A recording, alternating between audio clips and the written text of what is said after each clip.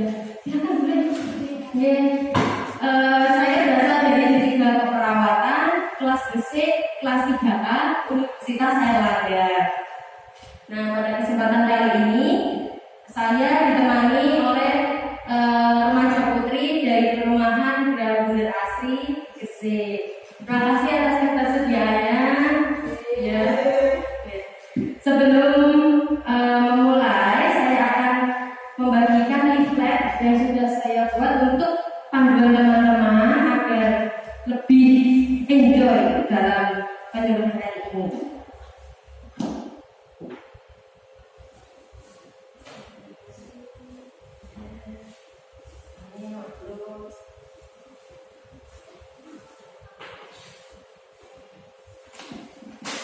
Di tangan kiri saya terdapat SAP mengenai sadari. Ya. Oke, teman-teman. Pada kesempatan kali ini saya membawakan judul tentang sadari. Get to know what is breast self-examination atau pemeriksaan payudara sendiri yang disingkat dengan sadari.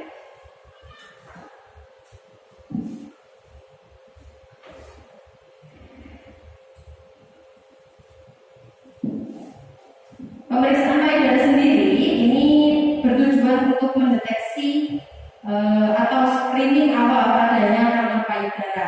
Sebelum masuk ke kanker payudara, apa itu kanker? Teman-teman pasti sudah familiar ya dengan kanker karena itu merupakan penyakit yang sangat ganas dan berbahaya. Betul, teman-teman sudah familiar ya? Ya, jadi pengertiannya kanker merupakan penyakit yang disebabkan oleh pertumbuhan sel abnormal atau tidak normal yang tidak terkendali di dalam tubuh. Ya, kanker ini merupakan penyebab kematian nomor 2 terbanyak di seluruh dunia.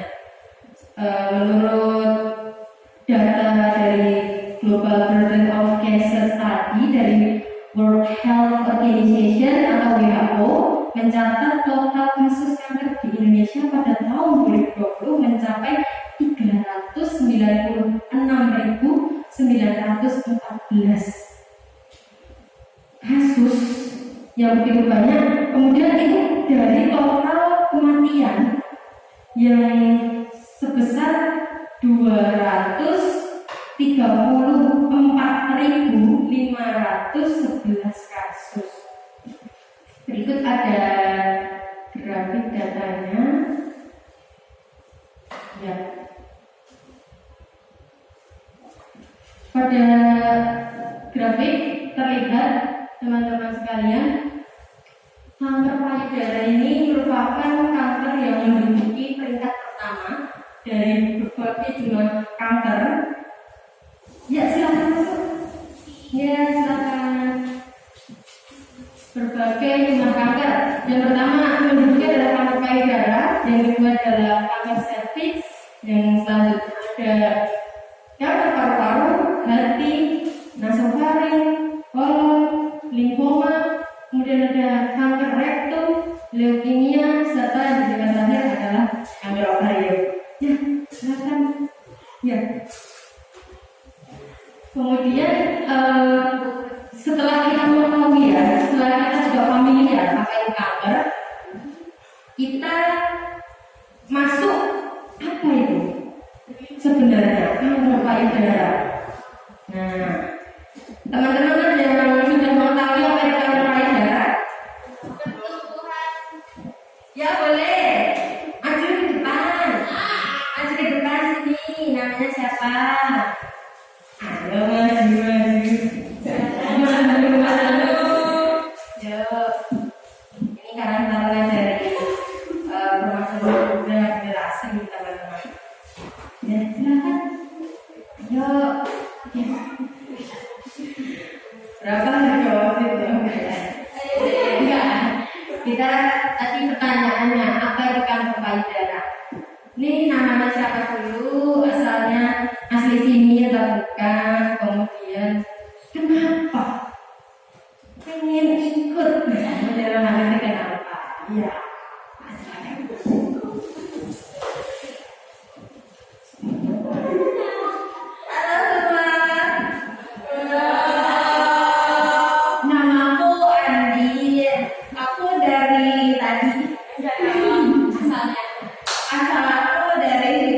belakang dari belakang teman-teman.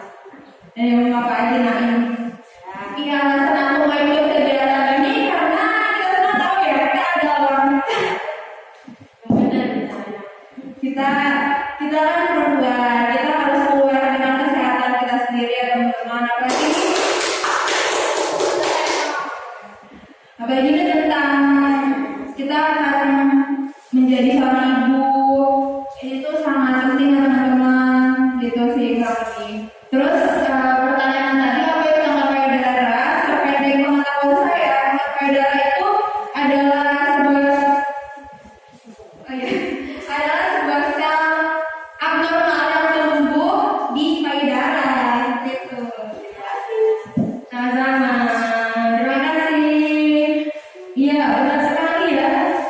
Disampaikan temannya tadi bahwa kanker payudara merupakan jenis kanker yang menyerang organ payudara, di mana sel payudara itu membelah dan tumbuh di luar kendali. Dan itu sangat ganas ya teman-teman. Kanker payudara ini merupakan salah satu jenis kanker yang sudah kita ketahui tadi banyak terjadi di Indonesia. Menurut data ya, khususnya masyarakat Indonesia yang wanita, menurut data itu ada jumlah kasus terbaru tertinggi di Indonesia sebesar 65.458 kasus atau 16,6% dari total 396.914 kasus kanker ya. Sedangkan kanker serviks atau kanker leher rahim menempati urutan kedua dengan jumlah kasus 36.633 kasus atau 9,2% dari total kasus kanker, sehingga sangat tinggi dan menempati urutan pertama. Hendaknya kita semua itu lebih aware atau lebih waspada mengenai kanker payudara. Nah, di sini teman-teman ada yang tahu tidak kapan bulan diperingati kanker payudara? Ada yang tahu atau tidak? Januari, Oktober, Desember, Februari. Nah, yang benar adalah bulan Oktober. Bulan Oktober merupakan bulan memperingati kanker payudara. Nah, teman-teman sekalian, setelah kita mengetahui betapa ganasnya kanker payudara,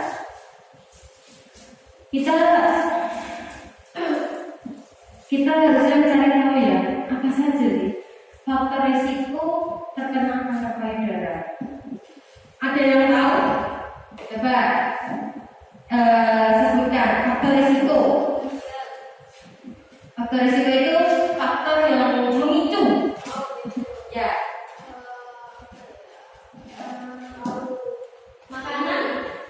Makanan. Oke. Genetik. Betul. Kebersihan ditanggung. Dan oke. Kanker payudara itu faktor risikonya yang pertama mengkonsumsi alkohol secara berlebihan. Nah, di agama sendiri ya, itu sudah dilarang mengkonsumsi alkohol karena dampaknya itu sangat luar biasa. Karena kenapa? Menyebabkan kanker. Salah satunya menyebabkan kanker payudara.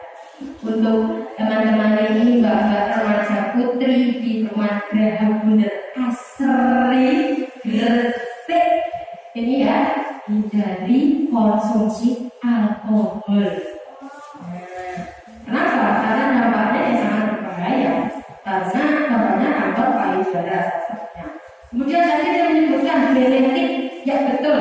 Faktor risiko yang kedua adalah faktor riwayat keluarga atau keturunan atau tadi genetik. Jadi teman-teman semuanya boleh silakan yang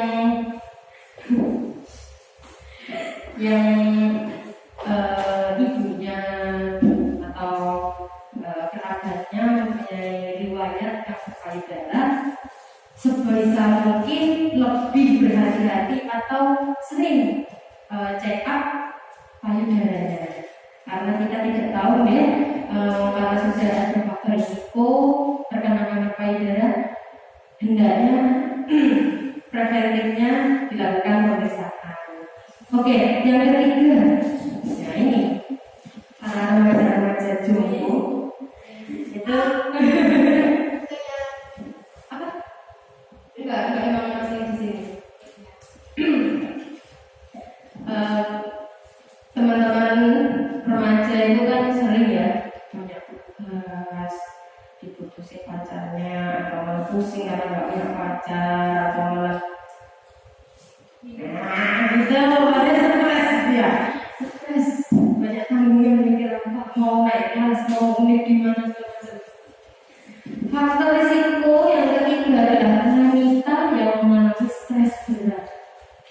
Hati-hati teman-teman, kalau kita sudah muncul stres yang ada fokusin banget dipikir terus masalahnya, bisa juga masuk faktor risiko atau faktor pemicu tumbuhnya kanker payudara. Kemudian yang keempat adanya kita sering mengkonsumsi lemak berlebih. Contohnya apa aja? Ya yang baju coklat, gedung biru, gaji ke depan. Coba sebutkan lemak, makanan berlemak itu berlebih itu contohnya seperti apa? Sebelumnya sebutkan namanya dulu, terus rumahnya di mana, terus makin tahu. Saya Anissa, saya rumahnya di Pare, kampung Inggris. Contoh makanan berlemak ya. Contoh makanan berlemak itu kayak kulit ayam ya. Boleh. Apa lagi? Apa ya?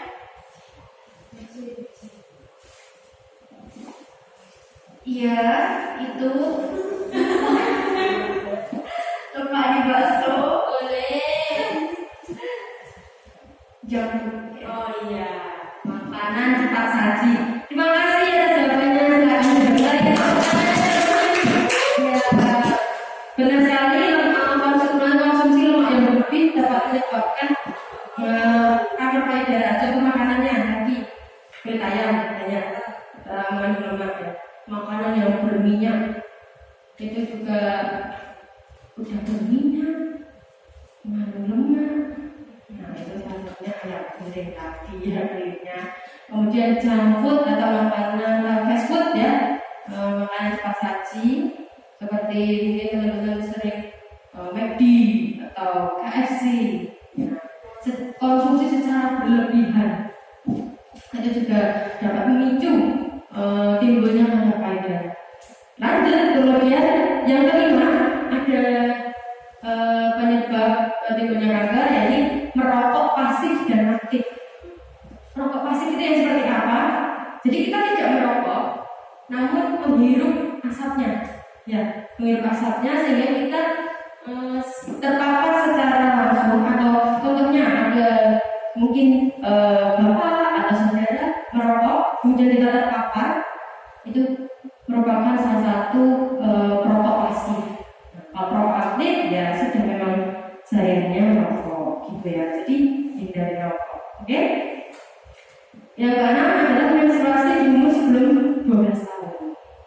Itu merupakan salah satu faktor risiko terkena kanker payudara. Yang ketujuh usia lanjut. Nah, teman-teman sekalian, setelah mengetahui faktor risiko penyebab kanker payudara, hendaknya kita itu menghindari hal-hal yang memicu timbulnya kanker payudara. Yang pertama tadi kita tidak mengonsumsi alkohol, ya. Kemudian yang dapat kita ubah itu mengubah pola hidup sehat, berolahraga, diet makanan sehat, ya. Mengubah lifestyle-nya. Kemudian tidak begadang, overthinking, dikurang-kurangin lah ya. Kemudian Selanjutnya adalah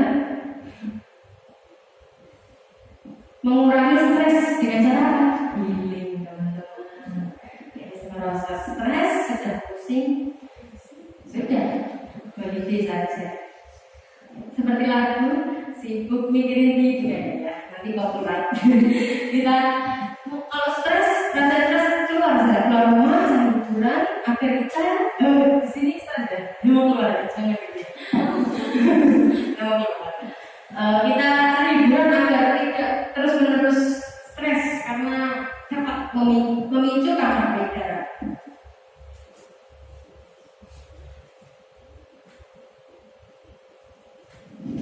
Oke, teman-teman sekalian, kami silakan duduk.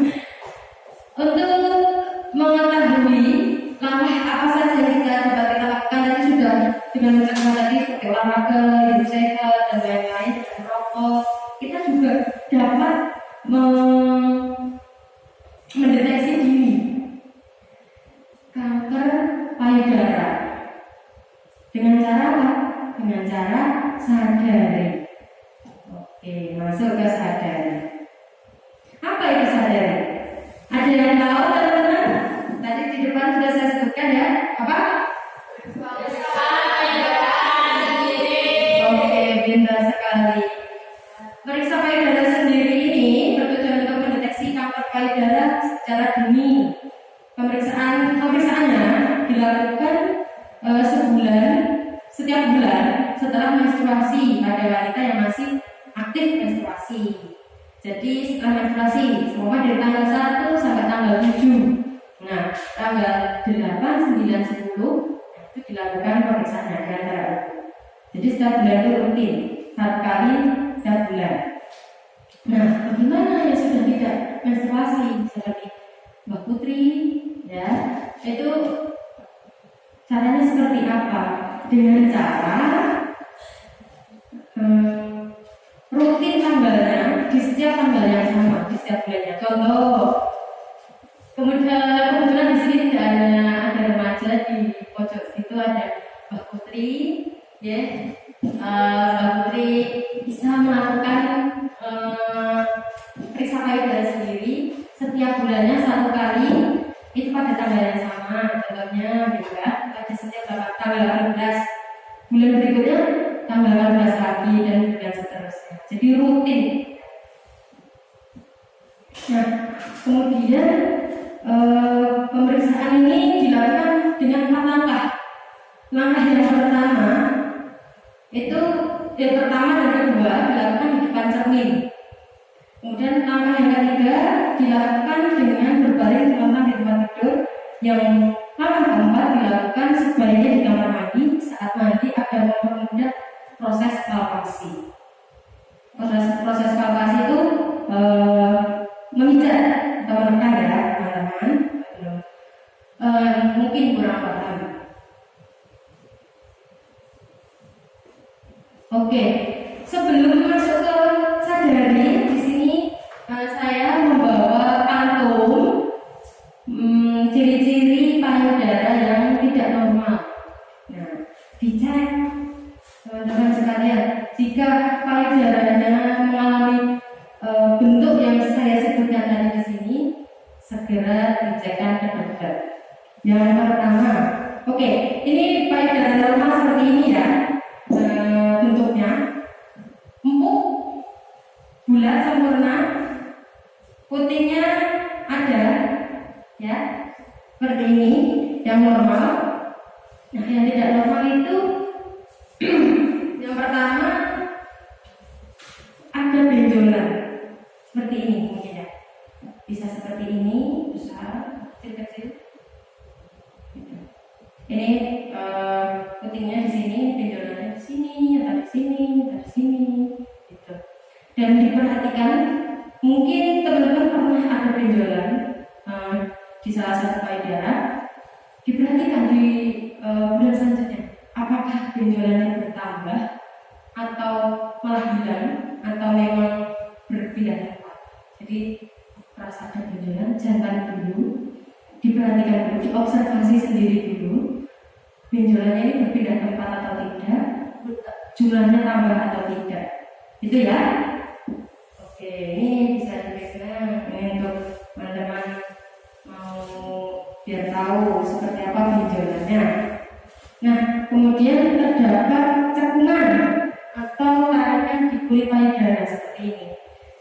Ini putingnya di sini, ini cekung, jadi tidak normal bentuknya. Kalau normal kan seperti ini ya. Nah, ini ada cekungan dan tarikan seperti apa ya? Berkerut. Gitu. Tapi bukan yang seperti dengan bahan jatuh. Nah, ini kan sudah benar-benar ya. Ini kan sudah manusia, ya. Dan seperti itu, tapi cekung seperti ini atau ada tarikan yang ini, ya teman-teman. Terus yang selanjutnya ada tekstur atau warna kulit payudara yang berubah. Teksturnya seperti ini, teman-teman. Gak rata, teman-teman. Gak mulus. Bukan karena segala, ya. Tapi dari dahulu. Nah, kemudian ini yang normal, ini yang tidak normal. Nah, ini seperti ini boleh dipegang, boleh tunggu. Yang tidak normal itu yang bertekstur. Nah, warna kulitnya berubah, kemerahan, contohnya ada inflamasi peradangan. Terus selanjutnya penarikan puting ke arah dalam. Ini ya, putingnya itu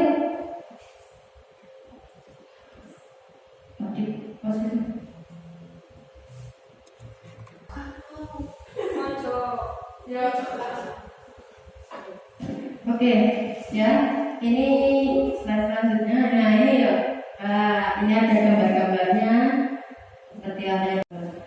Jadi nggak melulu di payudara, karena ini termasuk area yang ada payudara. Ada kasus yang benjolannya di ketiak atau bukan di payudara. Oke, selanjutnya tadi sampai di penarikan puting ya. Jadi putingnya itu masuk ke dalam, nggak muncul seperti ini. Itu juga salah satu tanda abnormal. Kemudian contoh selanjutnya tidak normal itu ciri-cirinya keluar cairan. Jadi waktu dipalpasi atau dipencet itu keluar cairan padahal tidak menyusui. Seperti kita ya, teman-teman remaja kan masih belum menyusui ya. Jadi kalau dipencet seperti ini keluar cairan. Cairannya bisa berwarna merah maupun putih. Merah itu darah, putih bisa nanah. Nah, atau cairan yang lainnya. Ini bisa dilihat, ini terdapat lesung, tekstur berubah, terdapat benjolan, keluar cairan putih. Kemudian benjolan ketiak, warna berubah, bentuk puting tidak berubah atau tadi masuk ke dalam terus ya, keluar darah.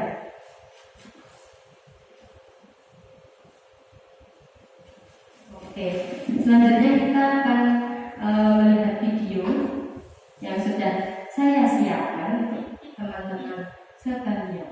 Kita dengarkan dan kita tonton bersama ya.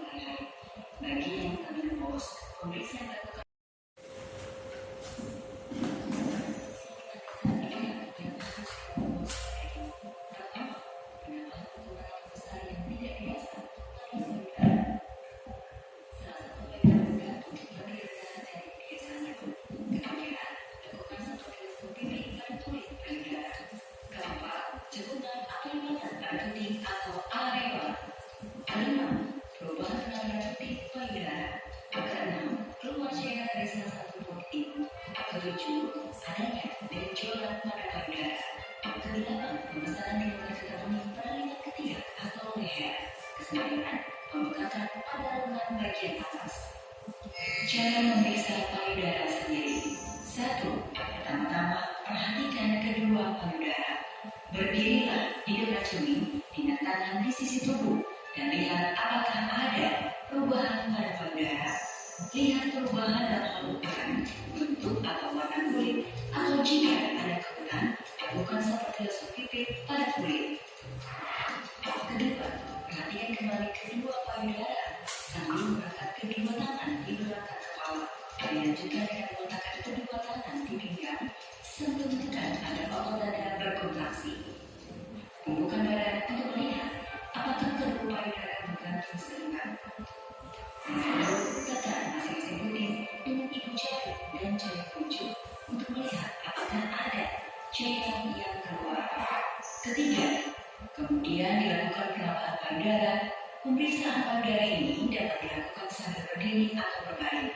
Jika memeriksa payudara sambil berbaring, diletakkan sebuah bantal di bawah pundak. Sisi payudara yang akan diperiksa.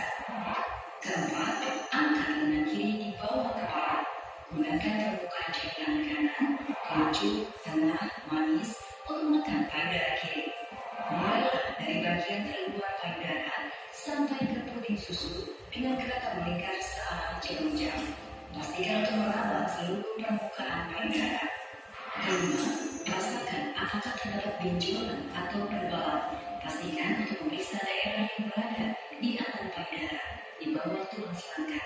Angkat tangan di bawah kepala dan ulangi pemeriksaan untuk payudara sebelah kanan dengan menggunakan tangan kiri. Karena jika payudara biasanya memiliki benjolan, harus diketahui berapa banyak benjolan yang teraba beserta lokasinya. Bulan berikutnya harus diperhatikan apakah terdapat perubahan ukuran maupun bentuk benjolan tersebut dibandingkan dengan bulan sebelumnya. Ketujuh, jika ada cairan pada puting yang tampak seperti darah atau nanah pada ibu yang tidak menyusui, maka harus segera menemui petugas kesehatan untuk memeriksakan diri lebih lanjut. Kedelapan, dengan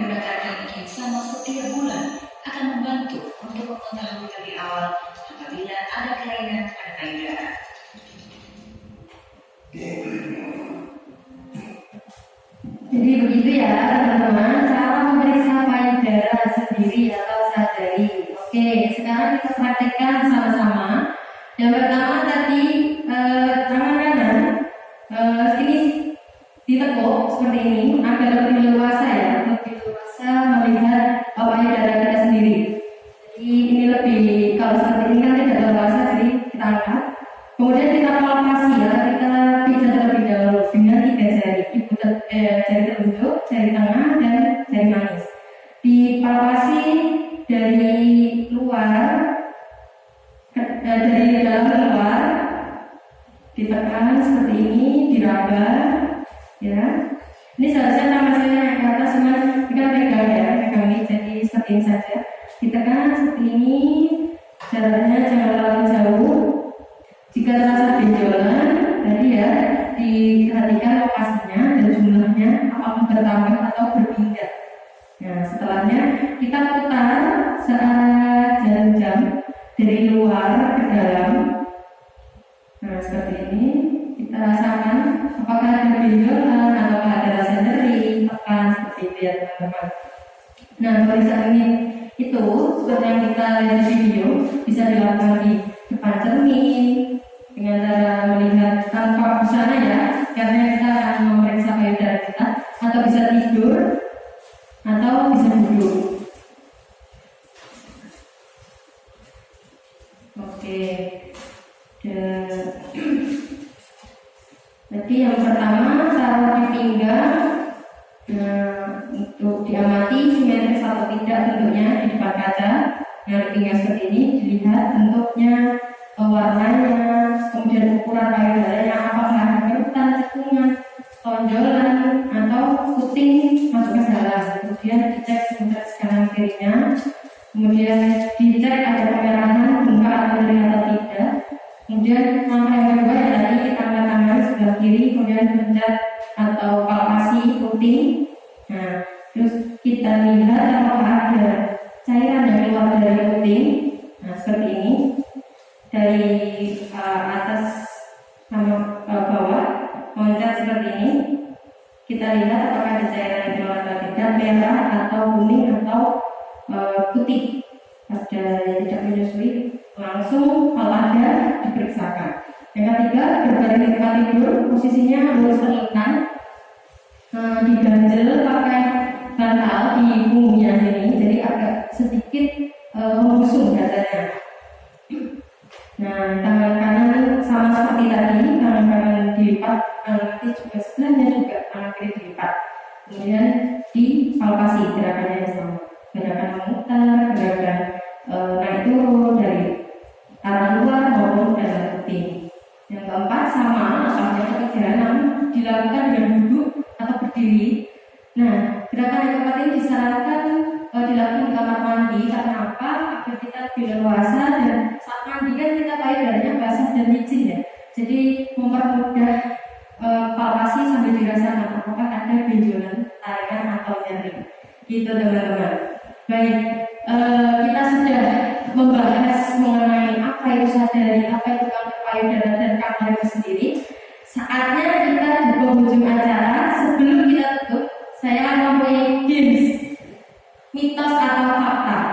Nah, jadi ada pertanyaan, berapa watt itu merupakan menyebabkan kanker payudara? Mitos atau fakta?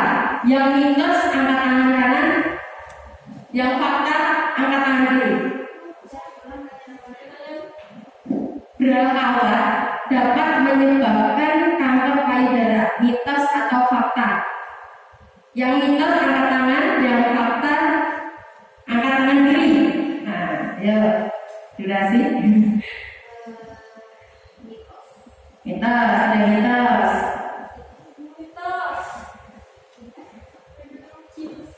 Ada yang bingung, ada yang ngalih, fakta.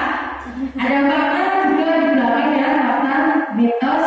Oke, jawabannya adalah mitos. Karena tidak ada hubungannya antara kanker payudara dengan penggunaan bra watt. Yang saya anjurkan adalah menggunakan bra yang sesuai dengan ukurannya, jadi tidak terlalu kecil, tidak terlalu besar, jadi muat menampung si payudara. atau tidak terlalu mengecat ya, karena dapat tidak memperlancar peredaran darah pada payudara. Kemudian yang kedua, kanker payudara merupakan penyakit keturunan. Mitos atau fakta? Payudara 5-10% berisiko memiliki keturunan yang terkena kanker payudara itu sendiri. Pertanyaan ketiga, kanker payudara selalu berawal dari benjolan. Mitos atau fakta? Fakta. Enggak, mitos. Fakta? Jawabannya mitos. Karena tidak selalu berawal dari benjolan. Oke, kenapa mitos? Karena tidak selamanya penyebab kanker payudara itu melalui benjolan. Bisa tadi melalui cairan ya, dari puting, dari atas ke bawah dipencet seperti itu, bisa keluar nanah atau darah atau cairan. Oke, yang selanjutnya, keempat, konsumsi kafein dapat menyebabkan kanker payudara. Mitos atau fakta? Siapa yang mitos? Oke, ada tangan mitos.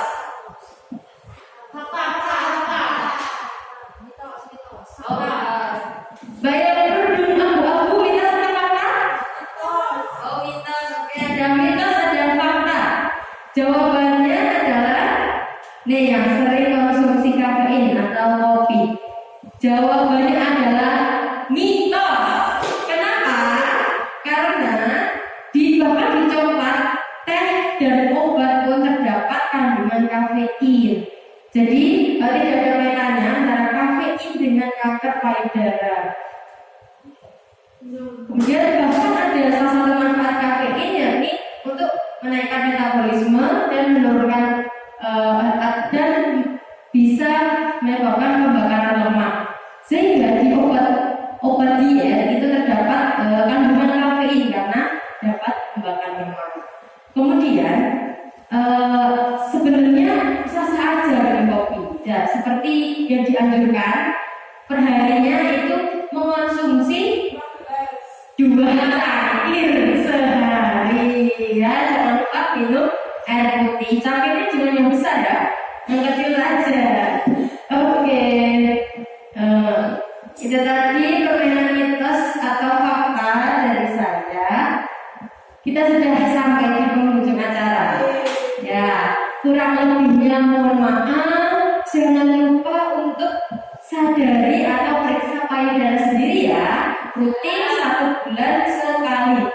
Yang masih aktif menstruasi di setelah menstruasi, kemudian yang sudah menopause seperti Mbak Mijan ya Mbak, itu di setiap tanggal yang sama, setiap tanggal sama berulang setiap bulannya. Itu saja, kurang lebihnya mohon maaf. Semoga bermanfaat. Wassalamualaikum.